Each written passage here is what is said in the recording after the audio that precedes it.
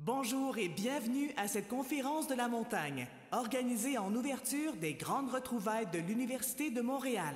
Nous vous demandons de bien vouloir mettre vos téléphones cellulaires en mode silencieux. Merci d'accueillir chaleureusement le recteur Daniel Jutras.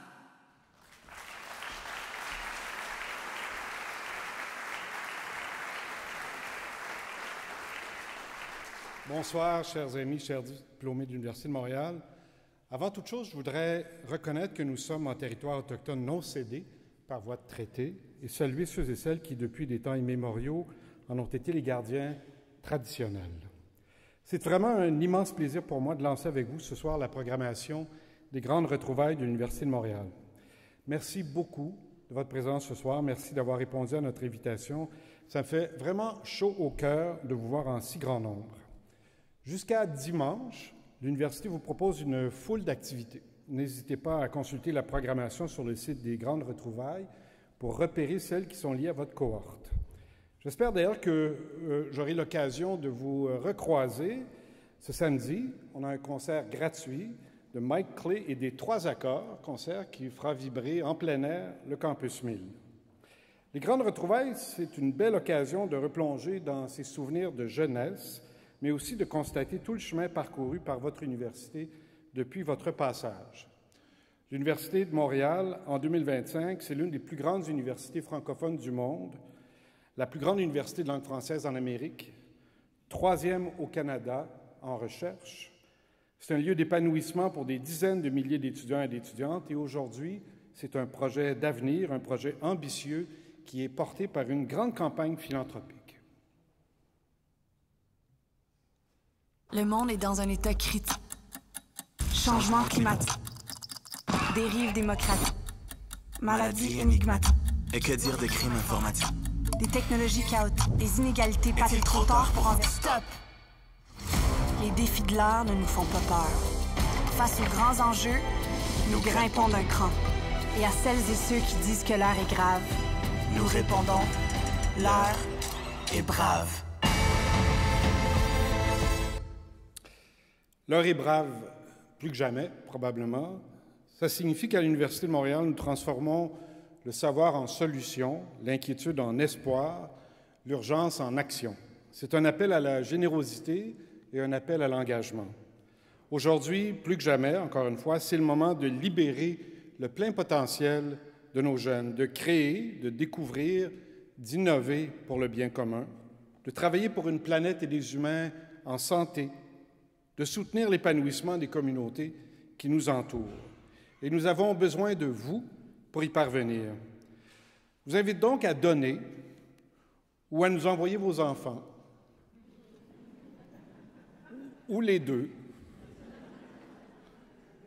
D'ailleurs, parlant d'engagement, j'aimerais souligner l'engagement inspirant du chancelier de l'Université de Montréal, Franz Saint-Elmy, et de son épouse Vicky Joseph, qui viennent tout juste ce soir de nous annoncer un don d'1 million de dollars pour favoriser la réussite scolaire dans les écoles défavorisées, en facilitant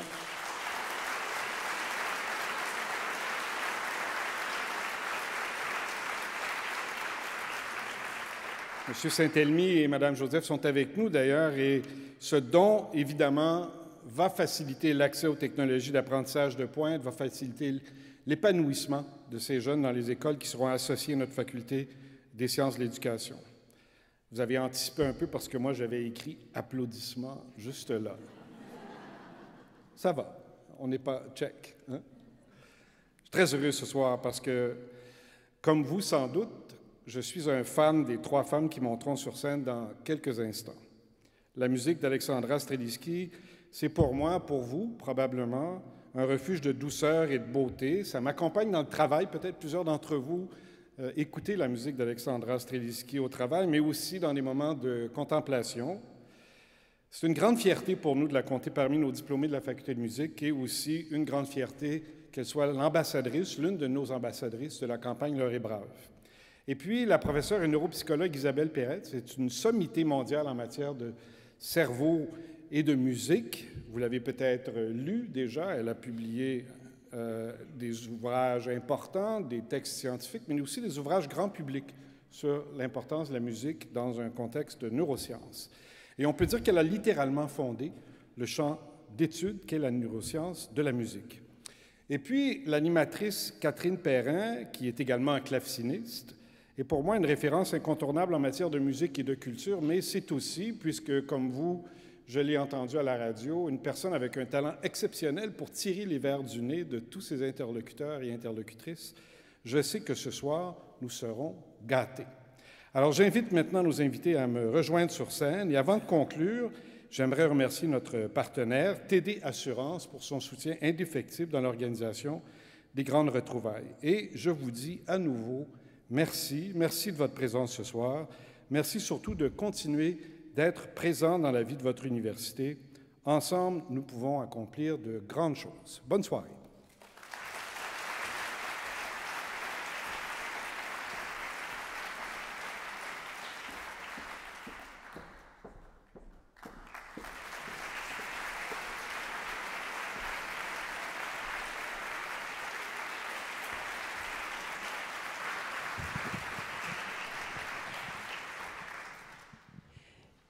C'est quand même particulier d'avoir Alexandra Streliski sur une scène, mais pas de piano. C'est particulier, mais c'est bien réfléchi. Pourquoi pas de piano ce soir, Alexandra? Je suis tannée un petit peu. Pardon? Je suis fatiguée. Fatiguée. Mais en même temps, c'est formidable parce que ça ouvre un autre champ. Ça ouvre la possibilité, justement, de prendre un peu de recul. Puis le grand avantage, c'est que la musique d'Alexandra, on n'a pas besoin de vous l'expliquer. Vous l'avez tous quelque part en vous, dans la tête, dans le cœur, dans le corps, je dirais même. Par applaudissement, est-ce que tout le monde a un peu de musique d'Alexandra Streliski? Voilà.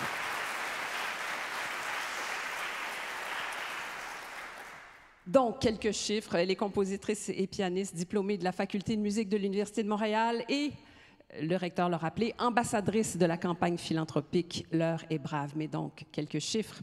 600 millions d'écoutes en continu pour sa musique à travers le monde. 10 prix Félix, un prix Juno, des albums certifiés double platine et or au Canada, plus de 100 000 billets de spectacles vendus.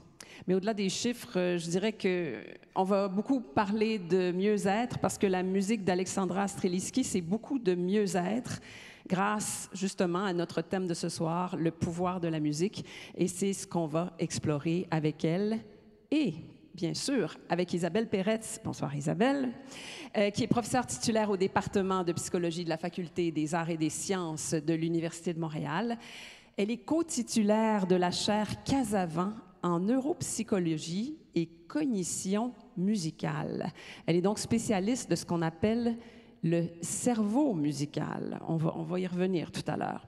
Ses travaux lui ont valu plusieurs prix. Les résultats de ses travaux sont parus dans plus de 470 articles scientifiques, vous imaginez. Mais je veux quand même signaler en particulier un livre qui s'adresse à nous tous, publié en 2018, un livre grand public, publié aux éditions Odile Jacob, « Apprendre la musique, nouvelle des neurosciences ». C'est parfaitement vulgarisé. Mais ce soir aussi, on n'est pas dans une conférence scientifique, bien sûr. On est là pour parler un langage que tout le monde peut comprendre. Alors, on va commencer par faire un peu le parcours de ces deux femmes absolument remarquables. On va plonger dans l'enfance d'Alexandra. Le piano arrive quand dans ta vie, Alexandra?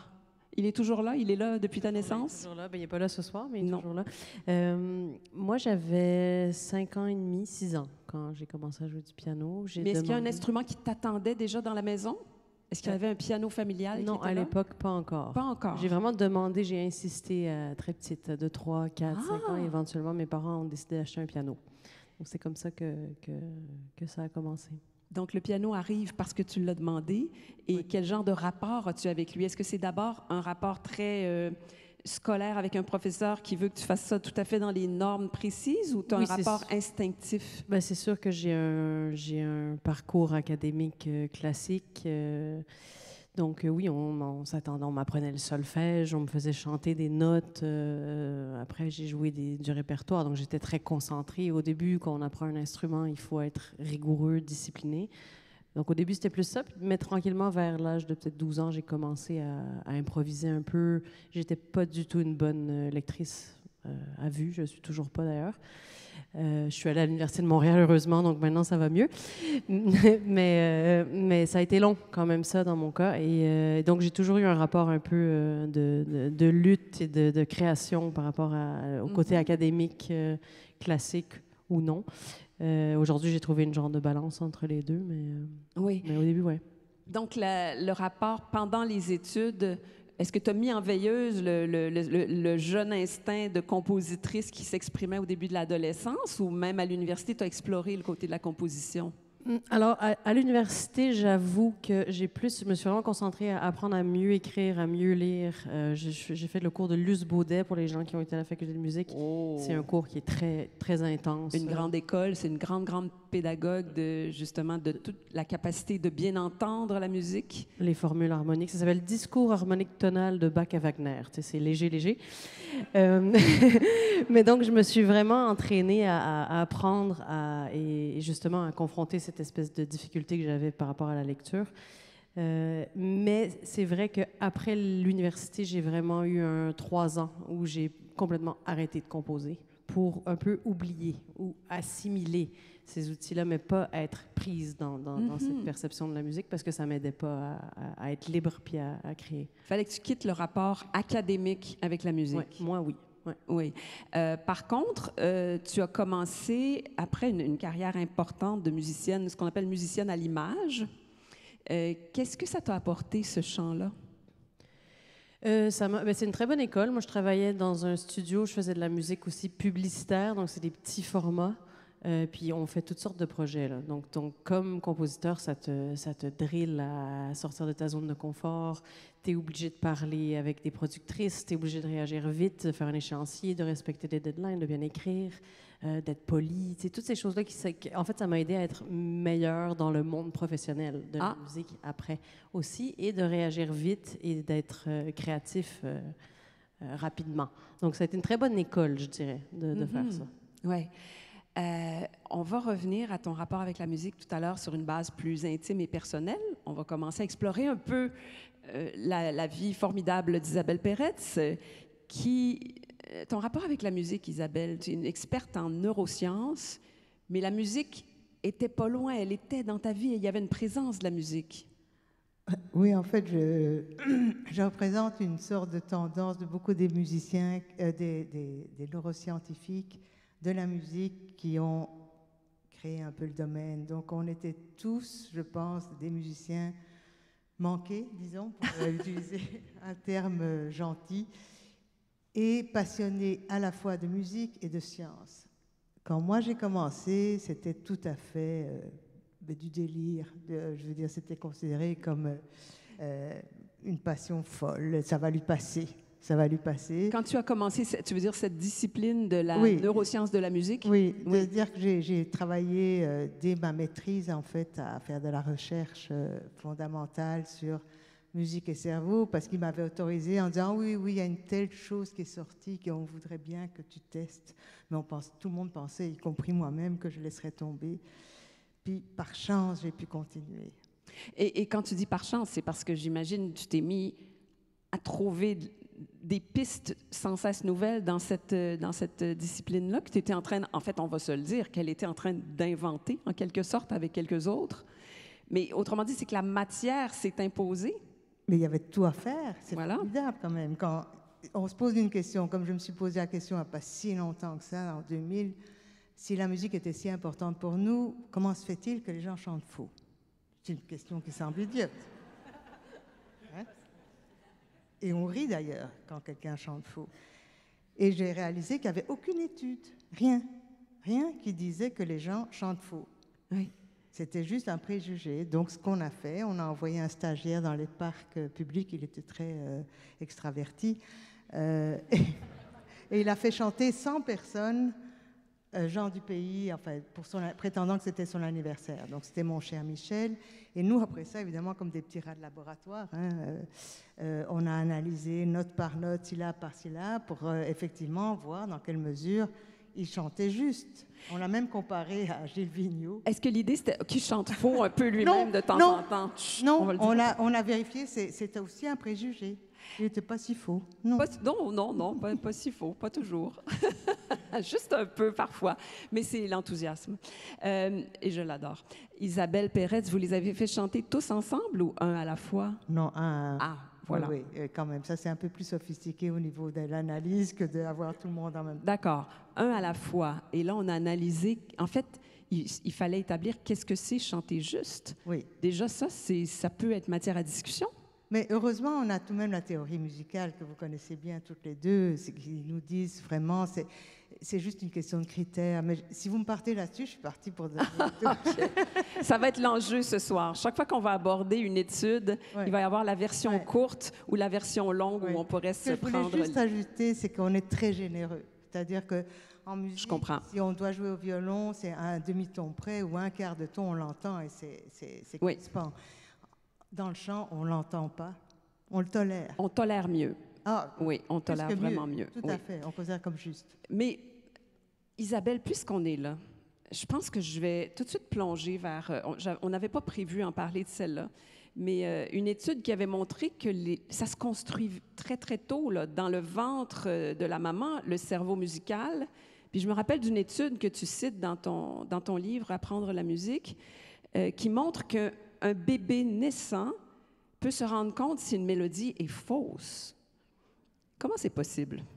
Oui, il y a plusieurs façons de l'interpréter. D'abord, le nouveau-né, il naît déjà avec... oh, pardon. Ça va être difficile. Il naît avec un cerveau déjà préparé et exposé. Il faut savoir que le fœtus entend dès les 24 semaines. Donc, c'est pas rien que... c'est pas le ciel qui lui a fait découvrir la musique tonale qui l'entoure. C'est effectivement sans doute une certaine exposition, mais ça ne suffit pas. C'est que le cerveau est équipé pour traiter toutes les musiques du monde, en fait, de façon hiérarchique. Et donc, ces études qui ont testé des tout petits, des nouveau-nés, de un jour ou deux, et les ont mis en scanner, ont révélé, c'est spectaculaire, c'est qu'effectivement, le cerveau du nouveau-né va répondre à une violation, ce qu'on appelle donc une erreur, si vous voulez, de l'harmonie, non seulement au niveau des hauteurs, mais aussi au niveau de la pulsation. Donc, ce que ça veut dire, c'est que si on chante volontairement, si le bébé dans l'utérus a été exposé à une mélodie, prenons Frère Jacques, et que après sa naissance, on lui chante Frère Jacques, on va pouvoir lire dans son cerveau un espèce de message d'erreur, en quelque sorte? Absolument. Magnifique, ça. Je ne m'attendais pas à voir une illustration. On devrait fallait prendre les grands moyens. Fallait prendre les grands moyens. Donc, oui. Ça, c'est des découvertes extraordinaires qu'on fait avec votre science. Oui.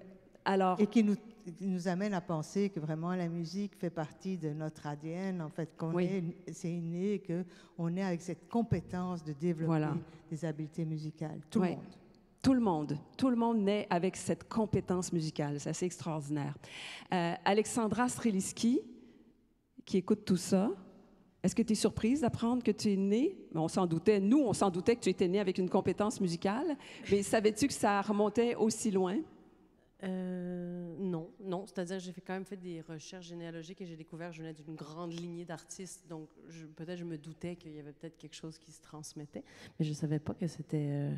aussitôt, et surtout qu'on réagissait à l'erreur, parce que l'erreur est complètement subjective et effectivement tonale, atonale. Il y a une digression, disons. Une digression, mais non, mais c'est fascinant. Ceci dit, ça ne m'étonne pas de savoir qu'il y a un rapport qui nous dépasse complètement dans la musique, parce que c'est quelque chose que je vis comme personne, c'est quelque chose que je vis aussi comme artiste dans les témoignages que je reçois.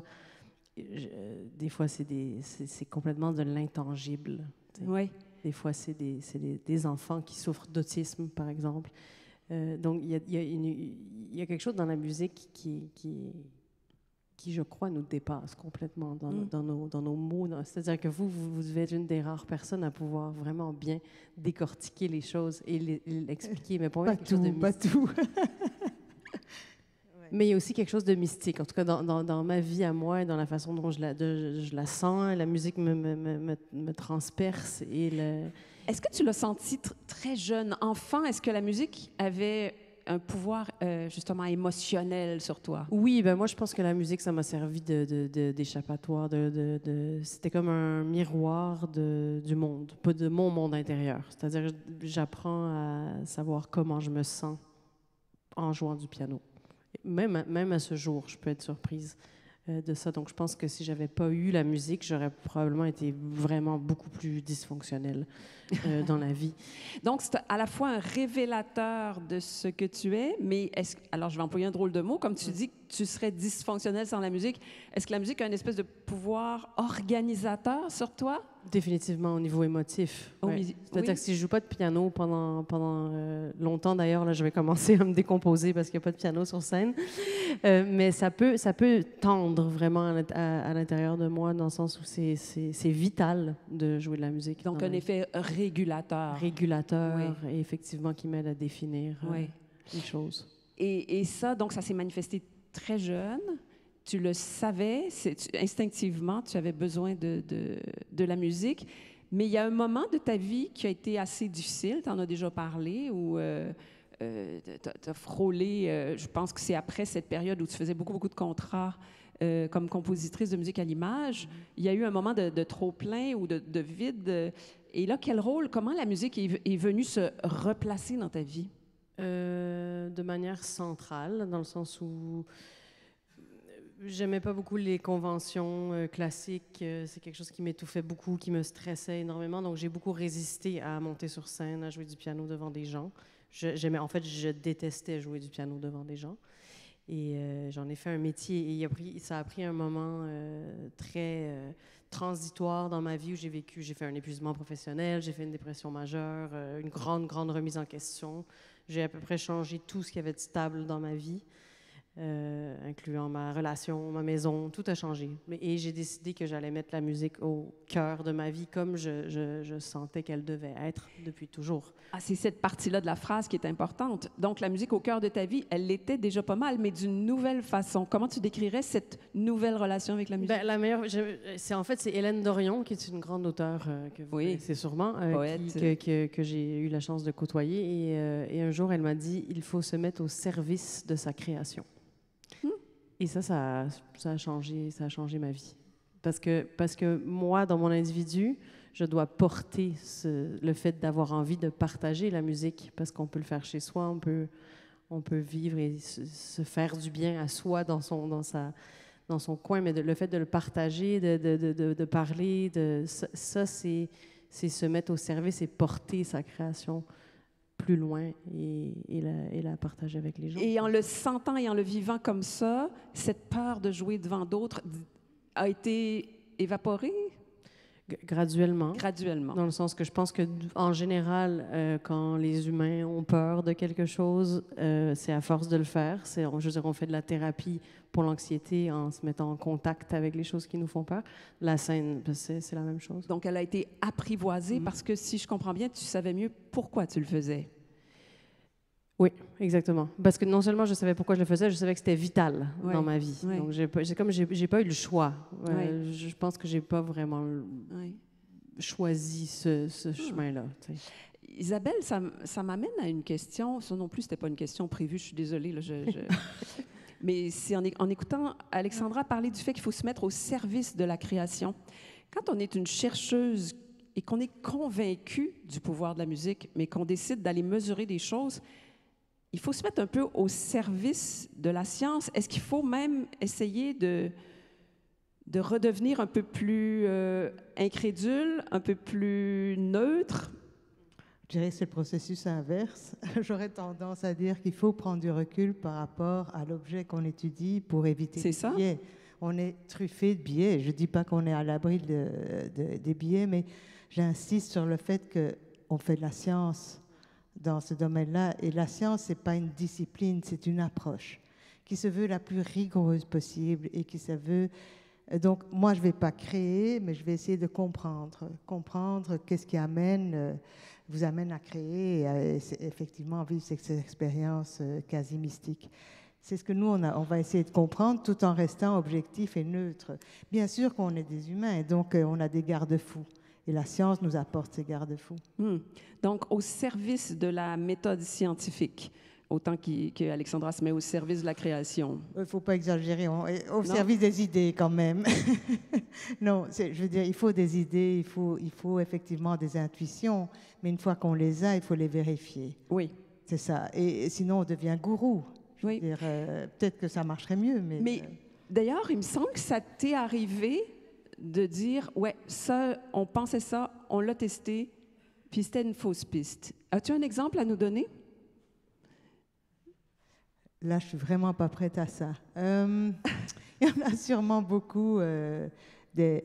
Oui, par exemple, une erreur de jeunesse, je dirais. Il y a très très longtemps, moi, je voulais vraiment étudier de façon scientifique la musique comme un langage. À l'époque, on ne parlait pas d'émotions, les émotions n'étaient pas étudiées parce que les émotions étaient considérées comme irrationnelles et comme impossibles à étudier.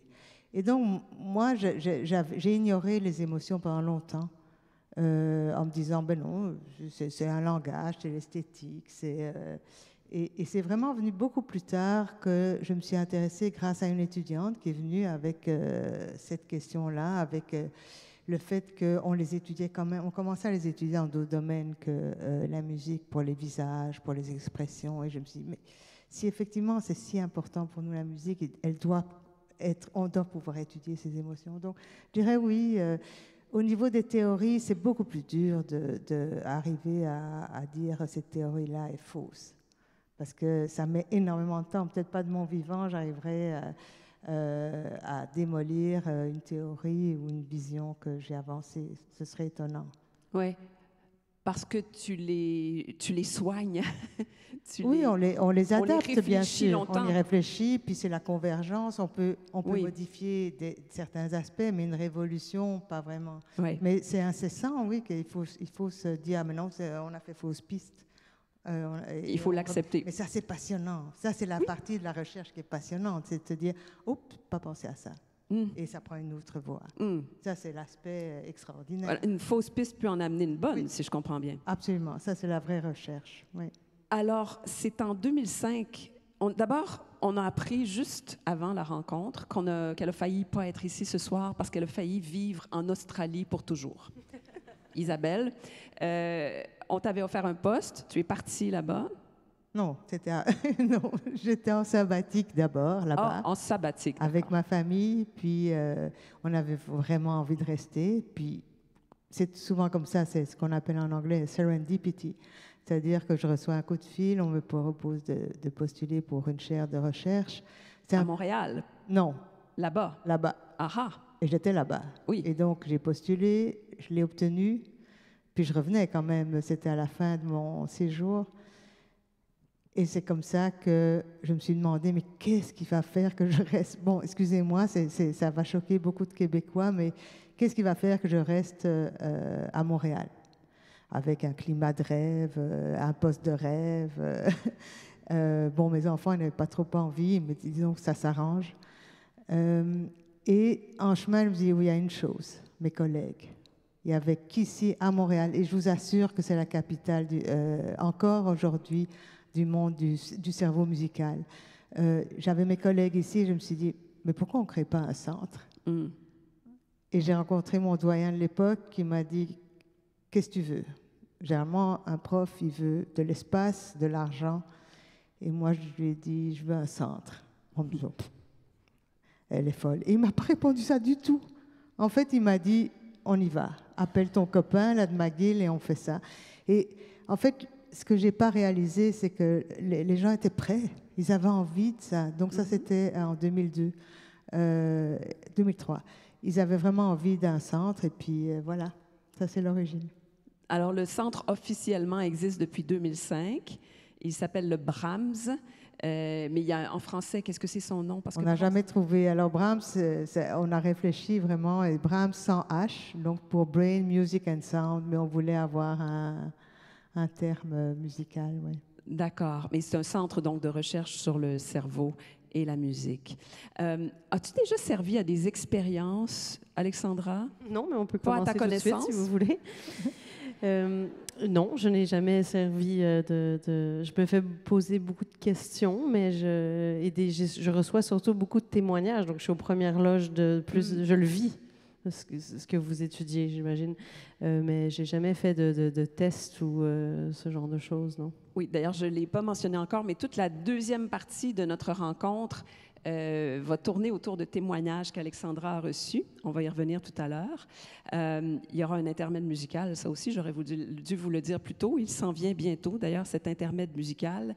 Mais avant, je pense que ce serait intéressant d'évoquer deux, je dirais, données universelles de la musique auxquelles Isabelle tient beaucoup.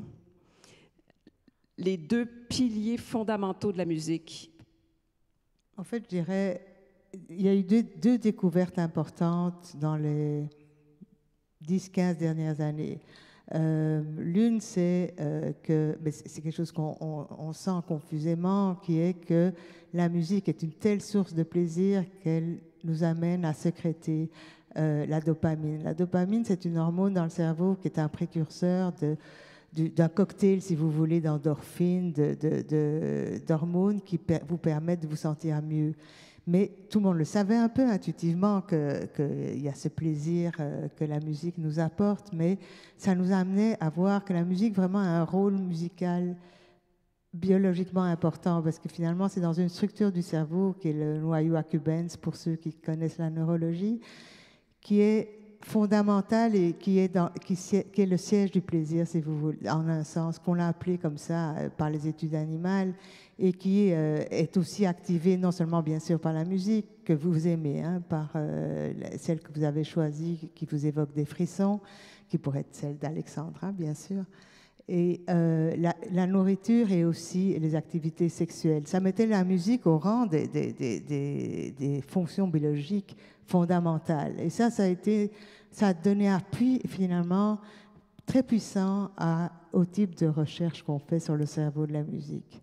Et l'autre, j'imagine que j'y reviendrai, parce que ça demande un peu plus de développement, c'est le fait que la musique est éminemment sociale. Alors, le fait que Alexandra soit capable maintenant d'être portée par la foule, ça, je lui ai demandé si c'était truqué. Il y a une image qui a circulé avec Alexandra portée par la foule. Elle m'a dit non, c'est vrai. Donc ça, jamais j'aurais pensé que c'était possible, mais ça veut dire l'importance que ça revêt au niveau social, c'est-à-dire qu'elle joue en public, et je pourrais vous donner d'autres aspects liés au fait. C'est la recherche qui a montré récemment, depuis la naissance, le tout petit, si il est effectivement synchrone et bercé en rythme, par exemple, va être plus altruiste, va collaborer plus volontiers avec l'autre. Donc c'est vraiment une des fonctions vitales de la musique, c'est de communier, de nous rendre beaucoup plus cohésifs. Alors, on va terminer cette première partie avec Alexandra qui va nous parler justement du pouvoir de la musique dans le collectif. Qu'est-ce que ça change, jouer pour des micros ou jouer pour une foule? Jouer pour des micros. Des micros en studio, par exemple. Ça change tout. Ça change tout. C'est sûr que c'est un des aspects maintenant que j'aime le plus, d'ailleurs, dans ma carrière, c'est le fait Et puis moi, je joue du piano, donc c'est très intime, c'est très minimaliste, mais on est tous ensemble et souvent dans des foules de plus en plus nombreuses, mais quand même un peu seuls et ensemble en même temps. Et je pense que je pense que ça nous fait du bien collectivement. Mais je ne sais pas quoi vous dire de plus, à part que moi, je sens une magie incroyable quand je regarde les yeux des gens après un spectacle qui sont émotifs, profondément émotifs. Parce que pour moi, vous dites que vous n'avez pas étudié la musique en pensant aux émotions. Moi, pour moi, la musique, c'est presque juste de l'émotion. Et donc changer d'avis. Hein? Oui, c'est ça. mais c'est beau, justement, de vivre des émotions en groupe. Peu importe l'émotion, que ce soit ma musique ou de la musique de quelqu'un d'autre, et peu importe l'émotion, d'ailleurs. Mais le fait de le vivre en société, je pense qu'on en a besoin, que c'est vital dans notre humanité. Pendant que tu joues, est-ce qu'il arrive que le fait qu'il y ait beaucoup de gens va interférer même littéralement sur ta façon de jouer, sur la manière dont tu vas livrer la musique, les tempos? Idéalement, non. Idéalement, non. J'essaie de jouer exactement pareil. Là, par exemple, le spectacle dont vous faites référence, il y avait 80 000 personnes à peu près, donc ça fait du monde. Mais idéalement, c'est la même chose. J'essaie de m'adresser à une personne. Ah, d'accord. Et peu importe. Parce que je pensais par analogie, par exemple, avec les comédiens sur scène qui vont réagir des fois au timing de la foule. Alors, je peux faire ça dans mes interventions si je m'adresse à la foule. Là, je vais le faire. Oui. Ça va changer. Donc, si on est plus nombreux, là, c'est vrai qu'il faut raccourcir, il faut parler plus fort. Il y a quelque chose, une façon de porter la scène qui va être différente. Mais au niveau de la musique, non. Après, chaque soir amène quelque chose de nouveau, peu importe. Ça pourrait ne pas être conscient. Pardon? Ça pourrait ne pas être conscient. Ça se pourrait qu'on entende... On entend une salle respirer, non? Oui. On entend l'intensité... On entend quand les gens dorment. L'intensité d'écoute. J'ai dit surtout quand les gens dorment, là, on les entend respirer. Des fois, il y a des messieurs, tu vois, c'est leur femme les a amenés, ils s'endorment. Mais c'est réussi, ça veut dire... Ça, j'entends. Là, j'entends respirer. Mais non, je comprends ce que vous dites. On sent... moi, je le sens surtout dans le rire. Parce que j'essaie de faire rire les gens aussi entre et de dire des choses. Et ça fait partie de mon spectacle. De parler d'émotions, justement, d'étapes de vie, de la mienne, mais aussi en général. Et ça, je sens des différences en termes de culture aussi, de pays, de taille de salle, etc. D'accord, la réaction à ta présence, ta personnalité. Exact. Mais musicalement, il n'y aura pas des acoustiques qui vont changer un peu? Oui, forcément, les types de pianos aussi. Voilà. Il y a des pianos, il y a des publics beaucoup plus classiques, donc peut-être un peu plus silencieux. Il y a des publics, des fois, je vais en région du Québec, à Mont-Laurier, les gens, ils sont « let's go », tu sais. C'est d'autres choses. Mais au niveau musical, dans un cas comme c'est la même, en Autriche ou à Mont-Laurier, là. Mais dans un cas comme ça, justement, est-ce que tu vas jouer, si le public est plus présent, plus animé, vas-tu jouer un peu plus vite, un peu plus fort? Alors, ça peut m'arriver de vraiment plus lever une fin ou quelque chose pour aller chercher un applaudissement si je sens que le public a envie de donner. Comme j'ai joué à Moncton, par exemple, ça, c'est un des publics les plus chaleureux que j'ai eu. Et ça donne envie, de donner un show, parce que tu sens que les gens ont envie aussi de manière sonore, de redonner, de te faire sentir qu'ils sont contents d'être là. Mais dans l'expression, ce que je retiens qui est très important, c'est que tu joues pour une personne à la fois, même s'il y en a 25 000 devant toi. Oui, puis j'essaie de jouer de manière la plus transparente possible. Donc, j'essaie de... Oui. Et c'est assez imprévisible. Ça peut sortir différemment. J'imagine que c'est influencé par le contexte quand même, sûrement. Isabelle? Est-ce qu'on a le temps pour que j'ajoute quelque chose? Bien sûr. Il y a plusieurs aspects. C'est amusant d'entendre ça, mais dans le public, il y a plusieurs facteurs qui font qu'il y a une communion qui va se créer d'abord parmi des étrangers, ils ne se connaissent pas, mais ils vivent la même émotion. C'est tout de même magique, c'est de transmettre la même émotion que l'autre va ressentir et le voisin aussi en même temps. Alors, je ne sais pas s'ils sentent la même émotion, mais... il y a des chances. Mais probablement. Mais oui, c'est assez fantastique. Et des fois, quand, par exemple, il y a quelqu'un qui échappe quelque chose dans une salle, j'ai un ami qui est metteur en scène qui m'a dit ça, c'est des cadeaux. Parce qu'il arrive un truc qui n'arrive juste à nous, en fait. Et ça nous met encore plus en communion quand il y a des petits accidents, des trucs comme ça, et qu'on les note en étant sur scène. Donc, l'expérience collective qu'Isabelle oui, c'est ça. évoquait tout à Puis l'heure. on pourra revenir là-dessus, mais c'est vraiment un phénomène qui... Je viens de lire, il n'y a pas longtemps, une étude absolument... Et ça, c'est virtuel. Ça, c'est incroyable. C'est que ça marche même juste d'imaginer qu'on est nombreux à écouter la même mélodie. Oui. Mais c'est incroyable. Et donc, virtuellement, ce qu'ils ont montré dans plusieurs études, c'est que la personne lui présente des musiques, elle doit juger si elle aime, si elle a du plaisir, et on lui montre des points sur une carte du monde, et plus il y en a, plus le plaisir de la personne pour les mêmes musiques augmente. Mais non seulement ça, mais si on lui demandait si elle devait jouer des jeux de compétition, si vous voulez, ou d'entraide, eh bien, plus il y aura du monde, plus elle aura eu du plaisir, plus elle aura envie d'aider ces gens qu'elle ne connaît pas et qui sont fictifs, évidemment. Ils n'existent pas. C'est la manipulation de l'expérience. C'est très fort, la présence des autres. C'est rien que l'idée qu'on partage. Est-ce que c'est cette étude-là qui... Parce que quand on s'est rencontrés pour parler un peu des sujets qu'on allait aborder, tu évoquais le fait que la musique peut rendre altruiste. C'est un peu ce type d'expérience-là qu'on a fait pour le montrer? Oui, c'est fondé sur la même idée. Mais ici, on parle évidemment de personnes qui sont sur Internet. Généralement, ce sont des gens éduqués, des étudiants, etc. Mais les études qui sont bien connues et qui ont établi le phénomène, c'est avec des tout petits qui...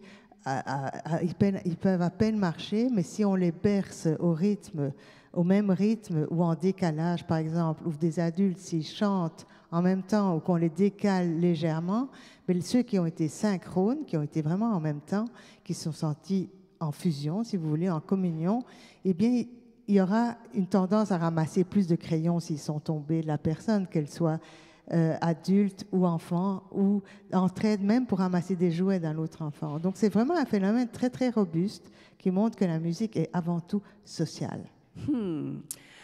Alors, on va maintenant laisser la place à la musique. On va avoir la chance d'entendre un formidable violoncelliste, Yegor Diachkov, qui est professeur agrégé à la faculté de musique de l'Université de Montréal. Radio-Canada, en 2000, l'avait choisi artiste de l'année. Depuis ce temps-là, on l'a entendu dans les plus grands festivals de plusieurs pays, comme soliste, comme chambriste.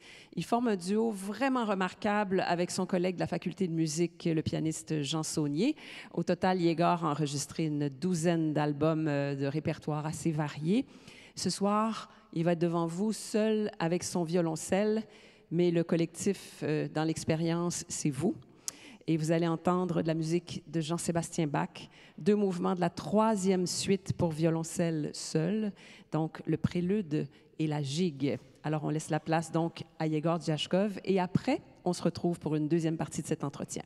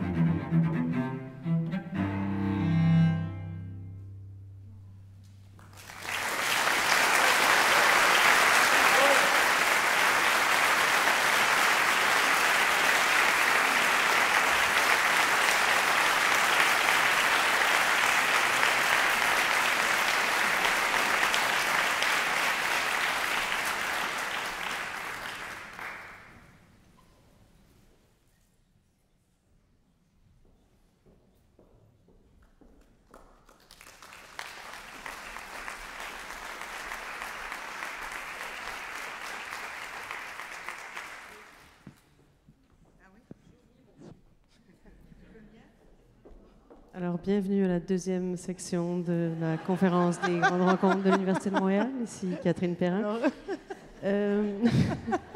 Phew. T'as pris le contrôle? Oui, OK. j'en ai profité. Alors, Bach. Est-ce que tu as joué du Bach? Oui, certain. Oui. Oui. Est-ce que tu aimais Bach? J'aimais Bach. Bach, Oui? c'est tout. Tu sais. Bach, c'est tout. Ben, tu sais, il y a de tout dans Bach. Oui, il y a... je sais qu'Isabelle trouve que Bach, c'est cérébral.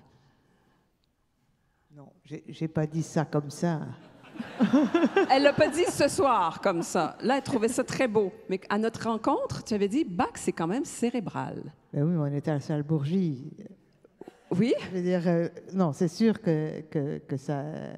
Je me suis interrogée sur le choix de Bach. Et pour toi, c'était autre chose. Là, je renvoie la balle, je suis désolée, mais Pour moi, Bach, c'est quelque chose effectivement de construit, j'ai pas dit que, mais c'est très classique, je veux dire. Et ta réponse a été ah non non non, et Bach il remplit les salles aussi. C'est vrai, j'ai assisté à Yo-Yo Ma dans la salle symphonique qui jouait tout seul. Ça le comble, mais pour moi, c'est pas la façon dont. Enfin, bon, enfin bref. Mais Bach, est-ce que c'est la capacité à la fois de construire et de chanter quand même, d'avoir une musique qui chante, qui transmet une émotion? Après, moi, c'est sûr que j'ai appris Bach dans le cadre du clavier bien tempéré, donc c'était des fugues, des menuets, des préludes. C'est pas forcément, ça dépend. Il y a des très belles choses, il y a des très beaux arias de Bach qui sont plus mélodiques. Moi, je pense que ça dépend de l'expression qu'on y met. Oui. Oui. Alors là, on avait un violoncelliste qui sait y mettre de l'expression. Ça fait déjà tout un monde.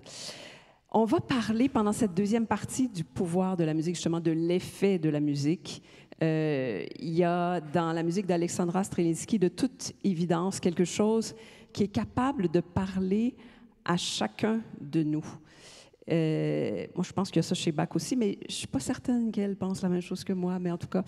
Mais la musique d'Alexandra, ça, c'est absolument certain. Elle parle vraiment à chaque personne. Et il y a beaucoup de preuves de ça. Il y a en février un cahier spécial, je ne sais pas si vous l'avez vu dans la presse, qui a été publié, duquel Alexandra a été la rédactrice en chef invitée. Et la presse avait lancé d'ailleurs un appel à témoignages aux lecteurs. Puis ça a été une avalanche. Il y en a donc plusieurs qu'on a pu voir, mais il y en a beaucoup, beaucoup, beaucoup d'autres qui ont été colligés. Et qui, d'ailleurs, cette expérience-là vous a donné une idée. Vous avez décidé d'en faire quelque chose avec les témoignages, Alexandra, de prolonger tout ça? Oui, alors c'est encore une idée qui est complètement en train de naître, qui est genre même pas qui était peut-être à moins 10 jours d'être quoi que ce soit encore. Mais en fait, quand j'ai été approchée pour faire ça, je me suis interrogée sur, OK, c'est le cahier des arts, évidemment. Qu'est-ce que je trouve intéressant dans l'art? Puis on a parlé de collectivité. Et c'est vrai que la dimension humaine de mon métier m'a beaucoup appris. Parce qu'au début, je ne m'attendais pas à avoir ce type de réponse. Et c'est vrai que je peux me retrouver dans des situations de gens qui sont dans des périodes très difficiles de leur vie, très émotifs. Et ça, ça a été un apprentissage pour moi aussi, de le voir en première ligne. Et je me dis, mais parce que pour moi, c'est évident que l'art a une importance majeure dans nos sociétés. Et ça, j'avais envie de le mettre de l'avant et de l'expliquer aussi, pas juste d'un point de vue d'un artiste ou de quelqu'un qui consomme de l'art. Et puis, j'avais envie de m'interroger aussi sur le rapport à l'argent, tout ce qui est, parce souvent on n'aime pas associer l'art à l'argent. Alors pourquoi toi, tu as écrit un merveilleux article sur pourquoi la musique classique est considérée comme élitiste. Donc, tout brouiller ces cartes-là un peu, faire des ponts, c'est ça que j'avais envie de faire. Et c'est vrai que l'expérience humaine qui est ressortie, j'ai eu la chance de lire, des fois je vois, tu sais, sur les réseaux sociaux, les gens m'écrivent, mais là, j'ai vraiment pris le temps de lire ces pages-là. Et j'ai eu l'idée de faire un projet de revirer la caméra sur ces gens-là et de raconter leur histoire, un peu à la Humans of New York, là, comme ça. Et dans l'idée justement de parler du pouvoir de la musique et de la force dans la vie des gens de manière très concrète. Alors, on va en explorer certains de ces témoignages, puis ça va permettre de poser des questions à Isabelle aussi. Ça va dans toutes sortes de directions, mais je commencerai avec 2 témoignages qui se situent tous les 2 pendant la pandémie et qui concernent la naissance de bébés. Marianne Bisson écrit « Matin du 30 novembre 2020, la pleine lune brille encore dans le ciel. Première contraction, nous sommes en pleine pandémie. Je n'ai pas eu de cours prénataux et je dois accoucher sans épidural. En travail depuis plus de 18 heures, je donne la vie. 3 choses me permettent de tenir le coup. Le jus de pomme que m'offre l'infirmière, les points de pression en bas de mon dos et la musique d'Alexandra Strelinsky.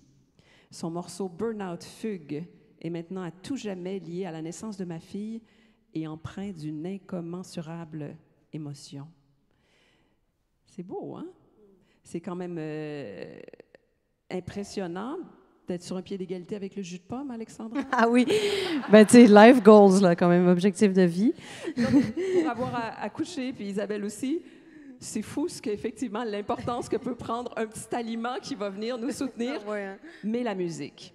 Alors, Isabelle, quand tu entends cette histoire, quel aspect du pouvoir de la musique te vient en tête à ce moment-là?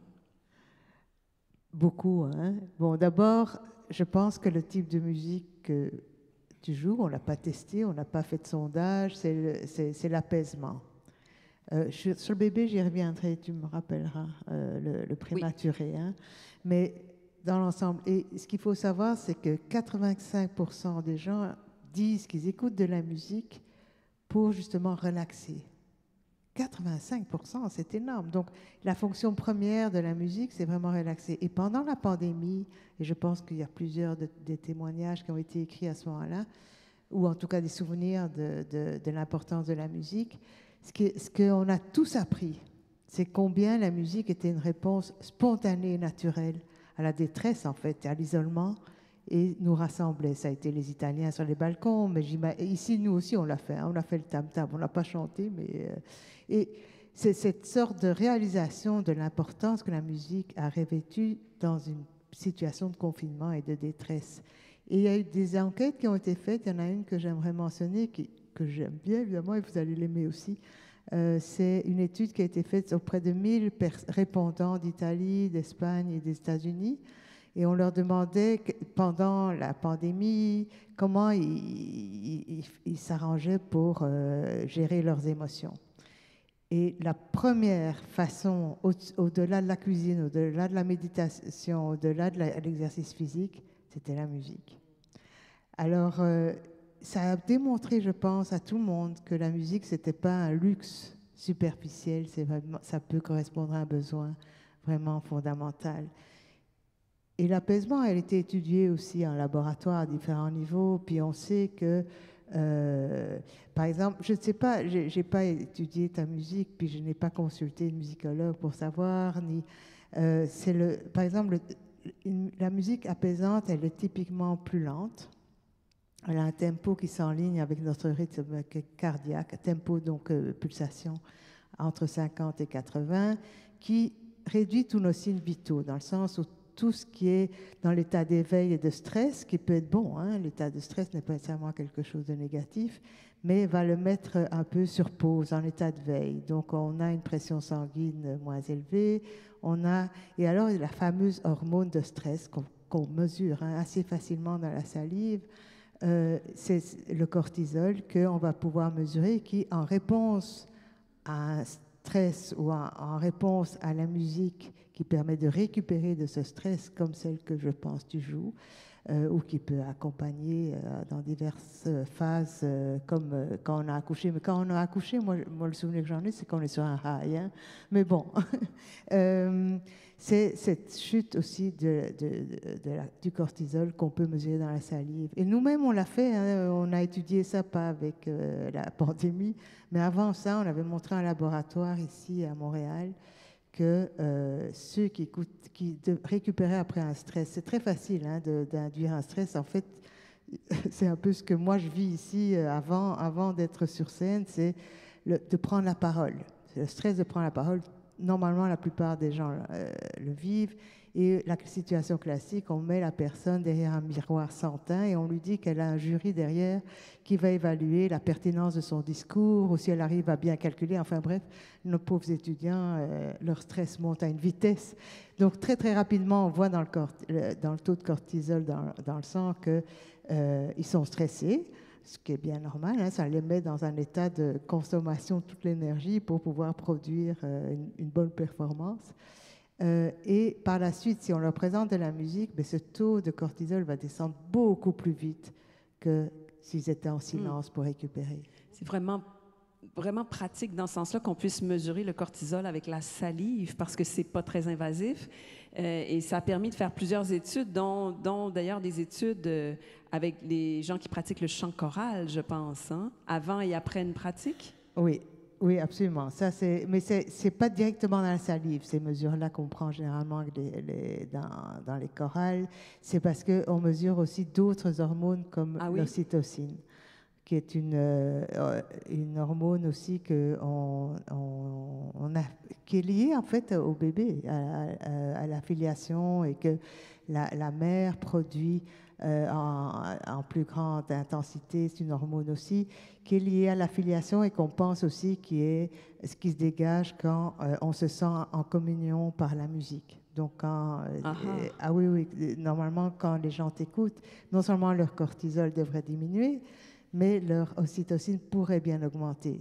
On le mesure moins facilement que le cortisol, mais c'est aussi dans la salive. Puis il y a tous ces indices vitaux qui font que on sait que la personne relaxe en présence ou donc est apaisée beaucoup plus par ce type de musique. Oui. La deuxième catégorie de témoignages, c'est 2 témoignages dans le milieu de l'éducation. C'est l'effet sur des enfants. Et ça, c'est peut-être au départ, Alexandra, quand on compose la musique comme tu le fais, on ne pense pas ni à des enfants ni à des adultes, on pense pas... mais est-ce que tu as souvent eu des témoignages de l'effet de ta musique sur des enfants? Oui, absolument. Non, on ne pense pas à des enfants ou des adultes qu'on compose. Moi, c'est quelque chose, je pense pas, en fait. Je pense pas. Idéalement, je pense le moins possible quand je compose. Après, je sais que moi, comme enfant, déjà, ça me faisait du bien d'entendre la musique. Je pense qu'on oublie souvent que les enfants sont incroyablement riches émotionnellement, beaucoup plus qu'on le pense, tu sais. Fait que je pense que ça peut être apaisant aussi. C'est intéressant. Alors, tiens, je te propose un témoignage. Catherine Grégoire, directrice d'une école primaire. Il arrive parfois que certains élèves sont chamboulés dans leurs émotions et nous le démontrent vivement. Mon bureau est un endroit où ils se retrouvent et j'ai constaté qu'à chaque fois que je fais jouer les chansons d'Alexandra Streliski, il se passe quelque chose. Tout d'abord, cela me calme. Cela me prépare à intervenir efficacement. L'élève s'apaise et nous avons de nouveau accès à lui afin de l'aider à nommer ses émotions et retrouver ses stratégies pour le retour en classe. Je la surnomme affectueusement ma TES, technicienne en éducation spécialisée, magicienne. Un immense merci. Donc, ce pouvoir de calmer un enfant qui est complètement... Alors, un enfant qui est complètement perturbé dans ses émotions, est-ce que toi, tu as eu l'impression, enfant, que la musique, parfois, pouvait justement venir recentrer les choses? Oui, assurément. Mais j'imagine que ça joue aussi sur le cortisol, comme vous venez d'expliquer, mais aussi... mais le fait de jouer d'un instrument aussi, c'est quelque chose qui est bon pour nous, qui est bon pour la santé. Mais moi, assurément, c'était un échappatoire, comme j'ai dit tout à l'heure. C'est ça. J'ai appris à connaître mon monde intérieur par le piano. Et ça me faisait du bien. Parce que des fois, les adultes ne sont pas toujours les meilleurs pour nommer les émotions du monde. Ouais. Et même sont très bons dans la capacité de déni et dans le fait de ne pas nommer les choses. Et je pense que comme enfant sensible, ça peut créer une grande détresse. Donc la musique vient adresser ça à la musique classique aussi. Moi, je me souviens écouter du Beethoven et me dire « Oh, ça, je comprends. Ce drame-là, je le comprends. Ah oui. Je le sens, mais les adultes le nomment pas. On nous isole quand même quand on est enfant. On nous protège, en fait. Mais je pense que ça peut répondre aussi à ça. Oui. Isabelle Peretz, là, je te lance complètement dans une hypothèse, ou enfin, je te demande peut-être d'en émettre une, mais cet enfant qui est dans le bureau de la directrice, qui arrive complètement perturbé, puis qui se calme en écoutant la musique d'Alexandra, qu'est-ce qu'on verrait dans son cerveau? Est-ce qu'on verrait des connexions différentes? Est-ce qu'on verrait une énergie moins éparpillée, tu penses? Il y a tellement de facteurs qui jouent là-dedans. Il y a le fait que ça apaise la personne qui l'a pris dans le bureau, déjà. L'influence est énorme, c'est la contagion émotionnelle. D'abord, il faut jamais... Et ça, c'est important dans les études aussi, c'est la contagion. C'est le biais qu'on peut avoir dans les études aussi. Donc, première influence, c'est que déjà, la personne en face de toi est beaucoup plus calme et ça lui fait du bien. Alors, l'enfant déjà va répondre à ça. Mais qu'est-ce qu'on va trouver? Je pense que c'est un peu ce que j'essayais d'expliquer, c'est que ce mode un peu de stress et d'alerte va pouvoir s'enligner. En anglais, on utilise le terme entrainment, parce que c'est une question que ton cerveau, ta respiration, on pense ton rythme cardiaque aussi, va s'aligner sur la pulsation musicale. On étudie beaucoup ça depuis quelques années. Ah oui, à tous les niveaux. On l'étudie au niveau du cerveau, on l'étudie au niveau rythme cardiaque et physiologique. Cette sorte de entrainment. Et on se rend compte que ça joue à tous les niveaux. C'est intéressant parce qu'il y a un témoignage où ici, il y a l'aspect collectif que tu as un peu évoqué tout à l'heure. Myriam Sans Regret, éducatrice en garderie dans une classe de 4-5 ans, dit « L'atmosphère autour de moi est toujours remplie de cris, de rires, de courses. Alors j'ai introduit la musique d'Alexandra dans notre univers pour favoriser le retour au calme lors des moments d'attente avant les repas et même durant les bricolages. Le changement est flagrant. Les enfants s'apaisent aussitôt. Il arrive que mes cocos réclament eux-mêmes « Mais la musique d'Alexandra ». Grand merci d'une éducatrice reconnaissante. Est-ce que, imaginez un groupe d'enfants qui s'apaisent comme ça, collectivement, Isabelle, est-ce que ça nous permettrait de croire qu'en même temps, ils vivent ce phénomène de entrailment, de synchronisation? Je pense que oui, mais je pense aussi que ça peut être une distraction. Alors ça, c'est une des questions que beaucoup d'enseignants et de parents posent. C'est, mon enfant étudie en musique. Est-ce que je dois le laisser ou est-ce que je dois l'enlever? Là, on décrit tous des aspects un peu... Il ne faut pas être angélique non plus. Hein. La musique, ça n'opère pas à tout moment, sur tout le monde de la même façon. Les études sont très diverses sur le rôle de la musique, sur la présence de la musique pour un enfant qui étudie. En général, c'est mieux d'être dans le silence complet, mais ça n'existe pas. Donc, effectivement, la musique peut permettre de se concentrer sur la tâche dans certains cas, mais ce n'est pas n'importe quelle musique. Et c'est probable que la tienne soit très efficace. Il faudrait l'étudier. Ah, c'est assez facile. On pourra en discuter. Mais c'est donc cette idée qu'on a comme une courbe un peu inversée, là, comme une courbe normale. C'est trop peu, c'est trop peu. Quand c'est la bonne zone, ça peut aider. Et quand c'est trop, ben, ça peut effectivement exciter. Donc, c'est toujours une question de dosage et de style aussi, de type de musique. Oui. Alors, Alexandra, c'est le moment. On va te la poser la question inévitable. Quel est le style de ta musique? Comment on l'appelle? Comment toi, tu l'appelles, ta musique? Mais moi, j'appelle pas ma musique. Les gens appellent ma musique comme ils veulent. Après, on utilise souvent le terme néoclassique pour nommer mon genre de musique. Musique instrumentale.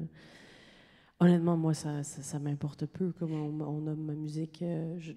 Mais oui, on utilise le mouvement néoclassique. Néoclassique, puis tu l'acceptes, ça te va, tu peux vivre avec? Ben, moi, je pense que les classifications, c'est pour les gens, c'est pour les journalistes, pour les gens qui ont besoin de se référer. Mais pour classer ça quelque part, à l'époque, dans un magasin de disques, maintenant sur des plateformes? Exactement. Après, ouais.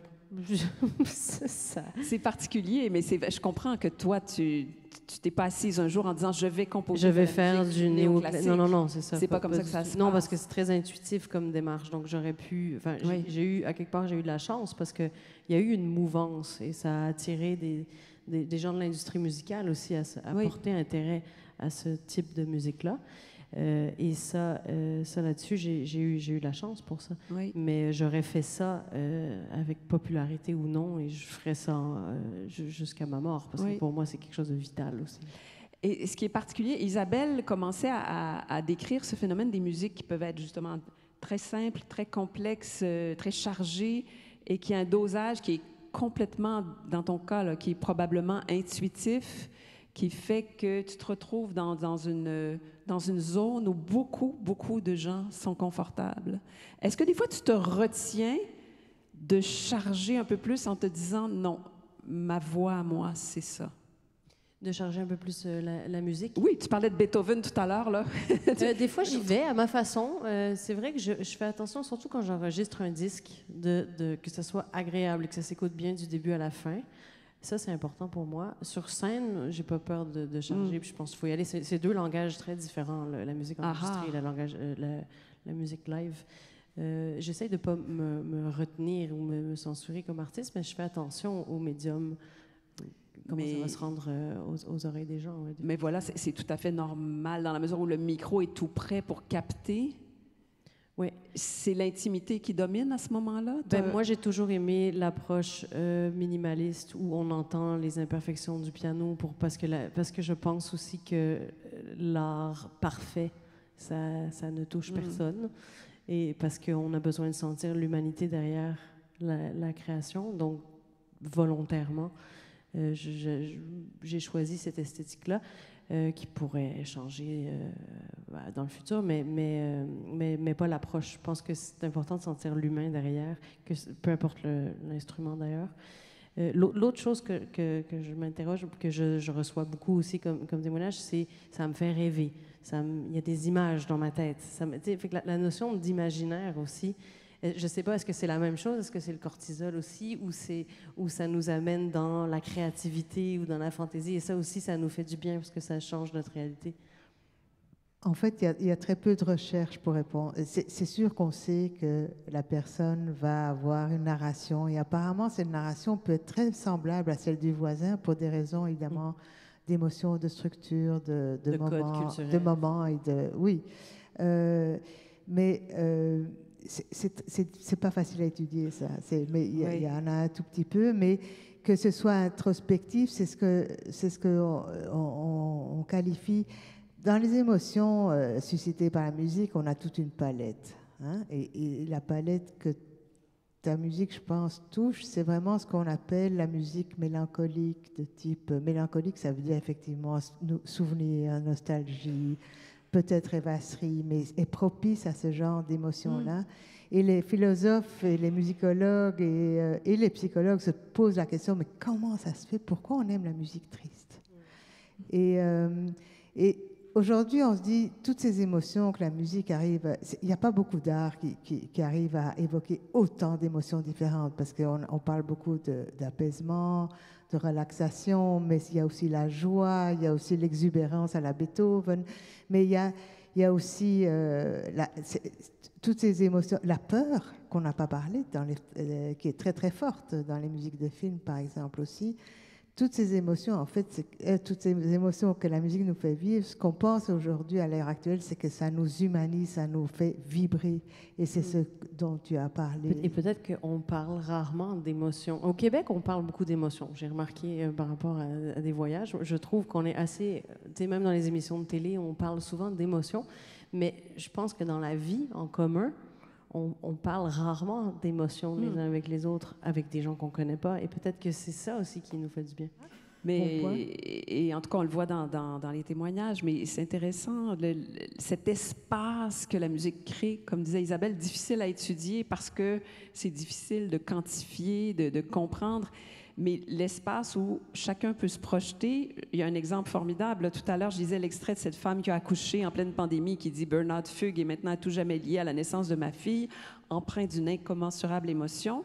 Puis un autre témoignage de Marie-Ève, qui, elle, c'est aussi pendant la pandémie, mais elle dit « Ça m'a aidé à guérir d'une dépression que je traînais depuis 2018, Burnout fugue », donc exactement la même musique, et la mélodie parfaite pour décrire ce que la dépression fait à l'intérieur.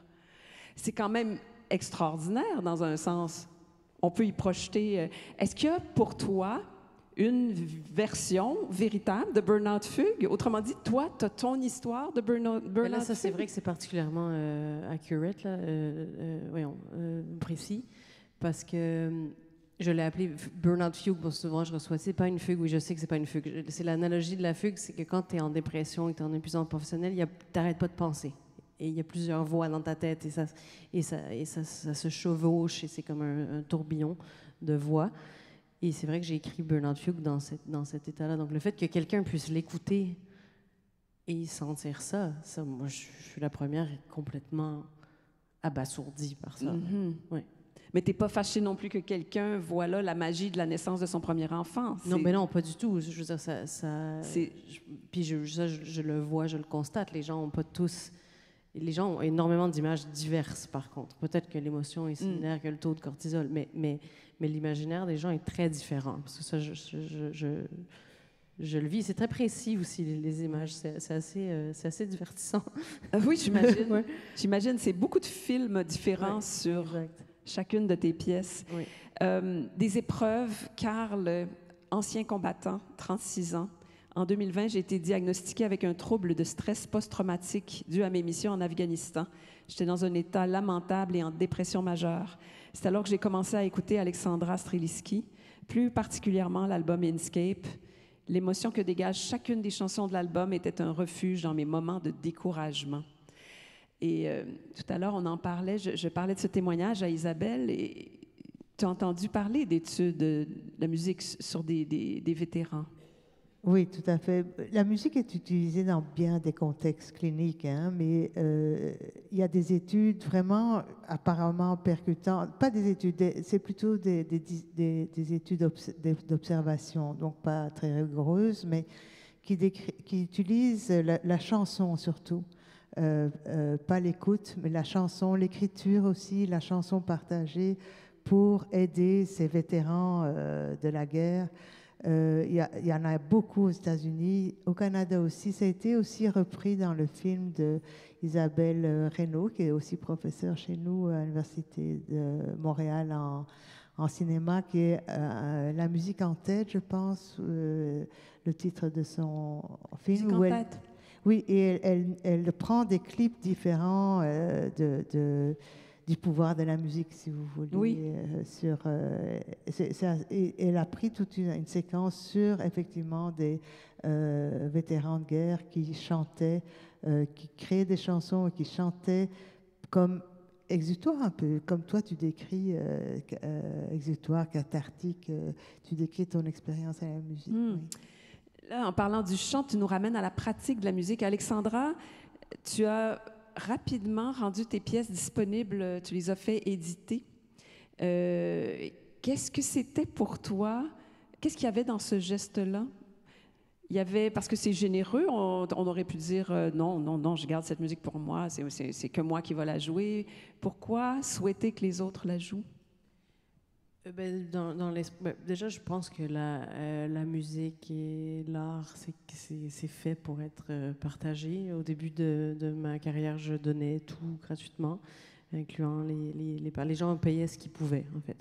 Et parce que honnêtement, comme compositrice, voir quelqu'un jouer ma musique, c'est un des plus beaux cadeaux, parce que c'est leur interprétation, et ça va les suivre après, ils vont se l'approprier, puis ça va se transformer. Ça, je trouve ça beau.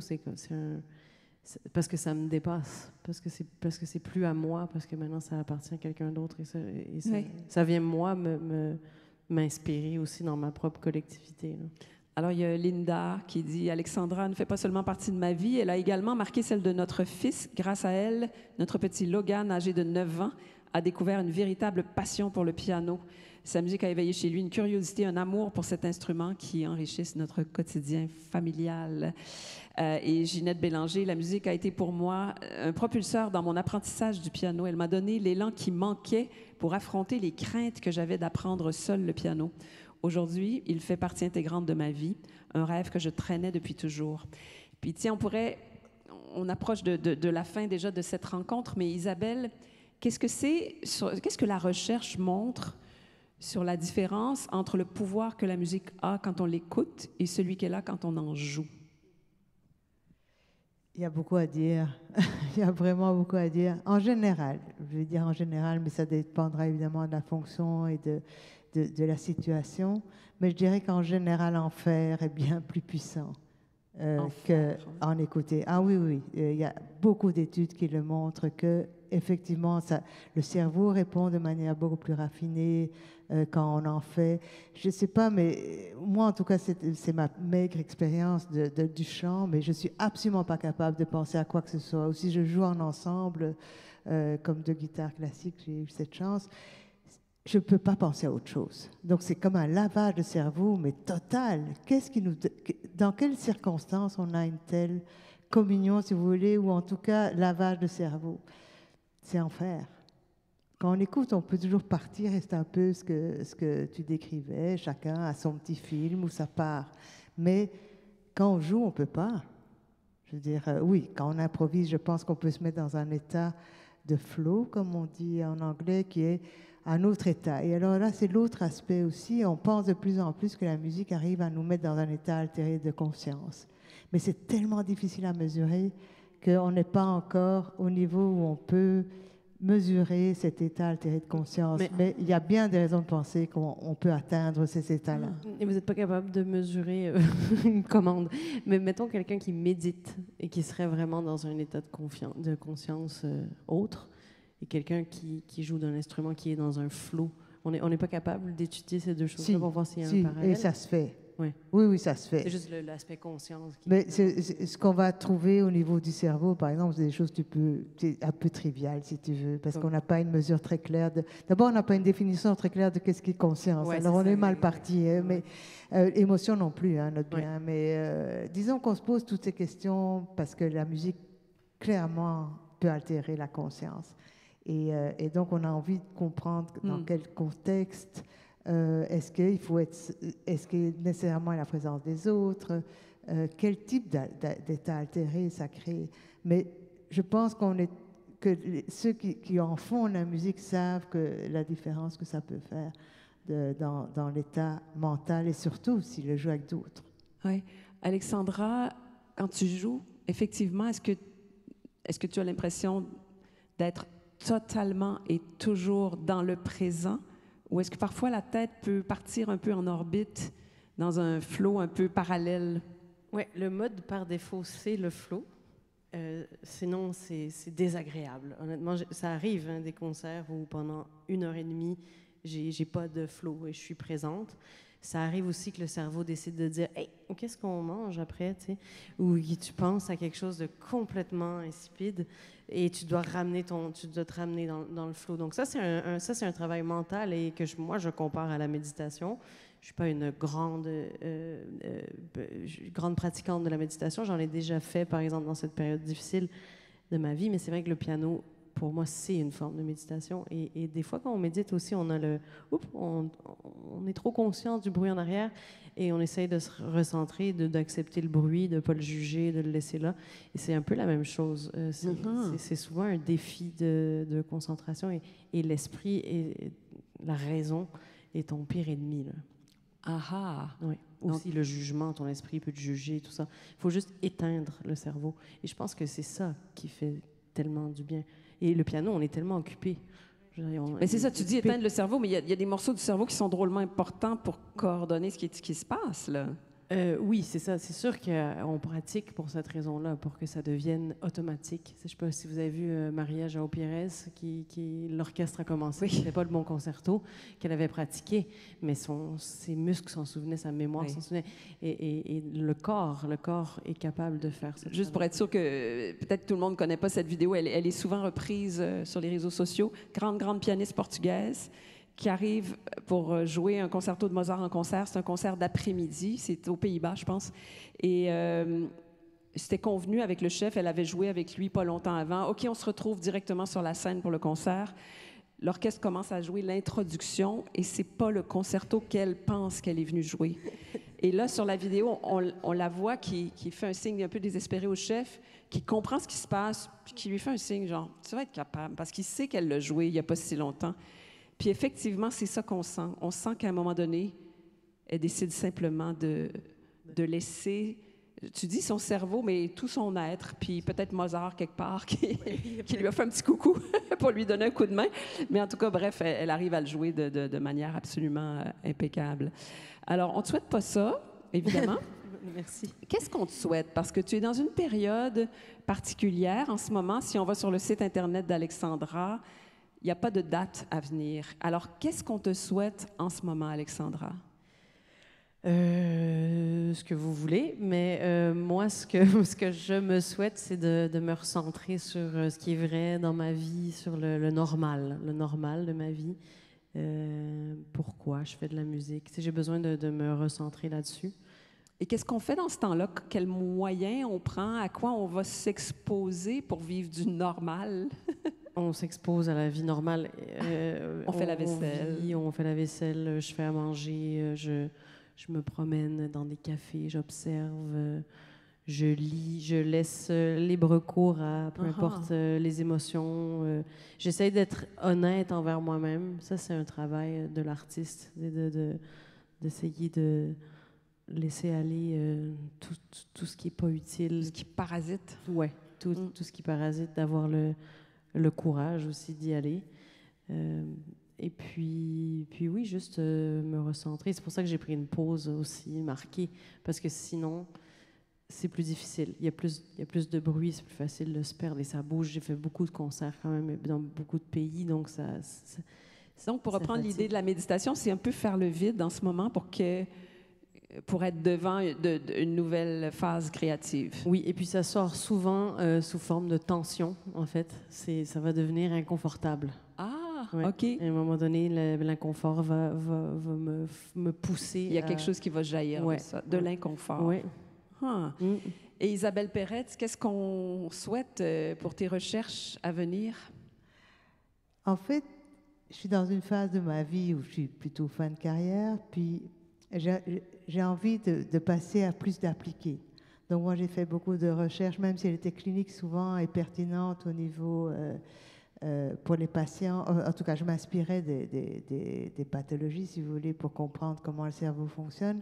Maintenant, j'aimerais que, comme on parlait de l'effet choral sur l'intégration, par exemple, la communion, mais actuellement, on fait des études pour les nouveaux immigrants, c'est-à-dire qu'on utilise le chant choral pour qu'effectivement, bien sûr, on améliore le bien-être des nouveaux immigrants qui sont extrêmement stressés pour diverses raisons. Et on utilise la chanson française pour faciliter, si vous voulez, la communication verbale et le français en particulier. Et on prend des mesures, c'est-à-dire que ça, je sais faire aussi. Donc on a des designs rigoureux pour effectivement démontrer que ça marche. On est assez sûr que ça marche, mais est-ce que ça marche mieux que d'avoir une discussion autour d'une table ronde? Est-ce que ça marche mieux que d'autres types d'activités collectives?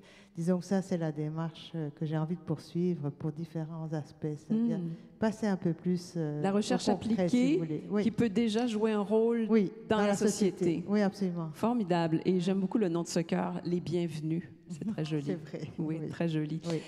Alors, un immense merci à toutes les deux. On va vraiment rester à l'écoute. Et je signale, je pense que ça a été mentionné dès le début de la soirée, que cette conférence de ce soir donne le coup d'envoi de la 3e édition des grandes retrouvailles de l'Université de Montréal. C'est jusqu'à ce que samedi 10 mai, il y aura de nombreuses activités. D'ailleurs, vous pouvez consulter le site web des grandes retrouvailles de l'Université de Montréal pour découvrir toute la programmation. Mais comme Monsieur le recteur l'a dit, notez bien ce grand concert extérieur gratuit, samedi soir au Campus 1000, Mike Clay, les 3 accords, même si Alexandra n'est pas là pour l'instant, pour cette fois-ci. Ça devrait être très chouette. Un grand merci à vous tous d'avoir été là ce soir et merci à nos 2 invités. Merci.